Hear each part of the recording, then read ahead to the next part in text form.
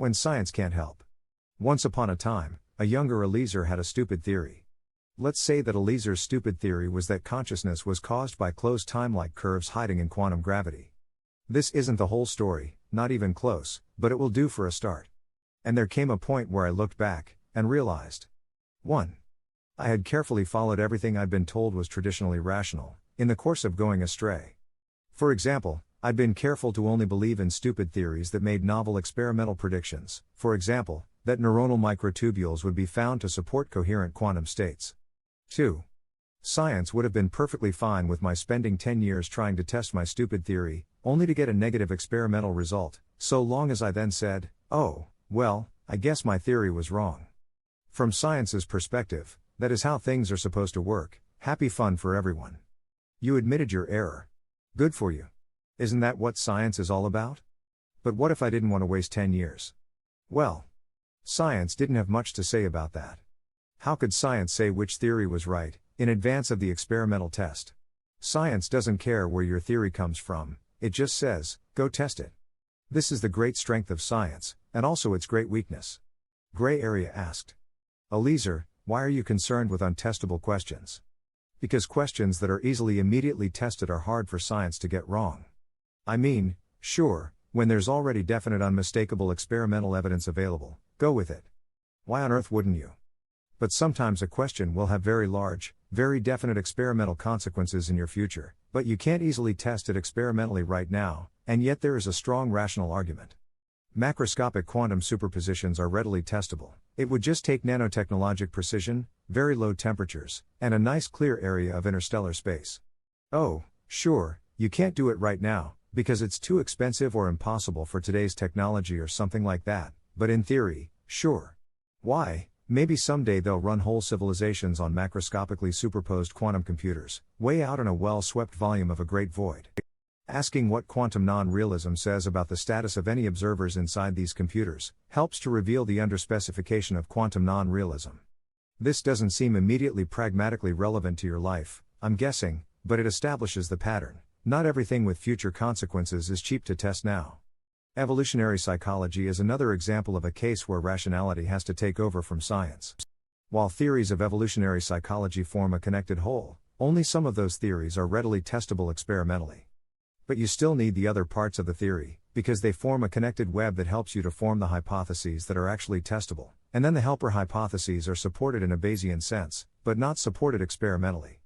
Science would render a verdict of not proven on individual parts of a connected theoretical mesh that is experimentally productive as a whole. We'd need a new kind of verdict for that, something like indirectly supported. Or what about cryonics?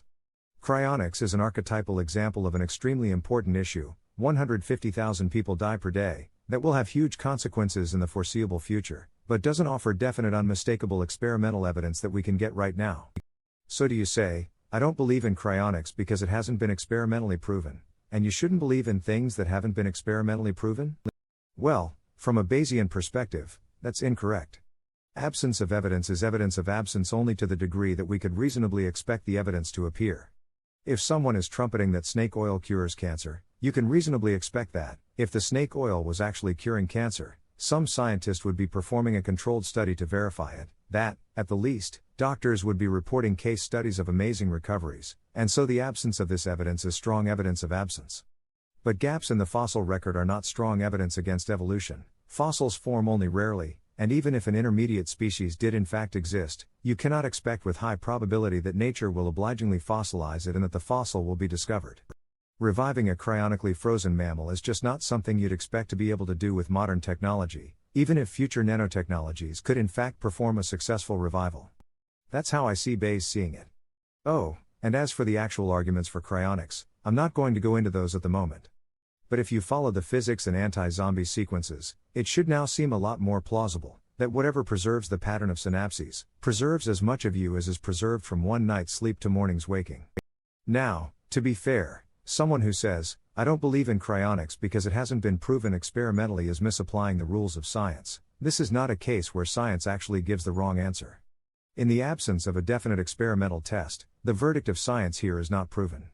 Anyone who interprets that as a rejection is taking an extra step outside of science, not a misstep within science. John McCarthy's Wikiquotes page has him saying, Your statements amount to saying that if AI is possible, it should be easy. Why is that? The Wikiquotes page doesn't say what McCarthy was responding to, but I could venture a guess. The general mistake probably arises because there are cases where the absence of scientific proof is strong evidence, because an experiment would be readily performable, and so failure to perform it is itself suspicious. Though not as suspicious as I used to think, with all the strangely varied anecdotal evidence coming in from respected sources, why the hell isn't anyone testing Seth Roberts' theory of appetite suppression? Another confusion factor may be that if you test pharmaceutical X on 1,000 subjects and find that 56% of the control group and 57% of the experimental group recover, some people will call that a verdict of not proven. I would call it an experimental verdict of pharmaceutical X doesn't work well, if at all. Just because this verdict is theoretically retractable in the face of new evidence, doesn't make it ambiguous. In any case, right now you've got people dismissing cryonics out of hand as not scientific, like it was some kind of pharmaceutical you could easily administer to 1,000 patients and see what happened. Call me when cryonicist actually revives someone, they say, which, as Mike Lee observes, is like saying I refuse to get into this ambulance, call me when it's actually at the hospital. Maybe Martin Gardner warned them against believing in strange things without experimental evidence. So they wait for the definite unmistakable verdict of science, while their family and friends and 150,000 people per day are dying right now, and might or might not be savable. A calculated bet you could only make rationally. The drive of science is to obtain a mountain of evidence so huge that not even fallible human scientists can misread it. But even that sometimes goes wrong, when people become confused about which theory predicts what, or bake extremely hard to test components into an early version of their theory. And sometimes you just can't get clear experimental evidence at all.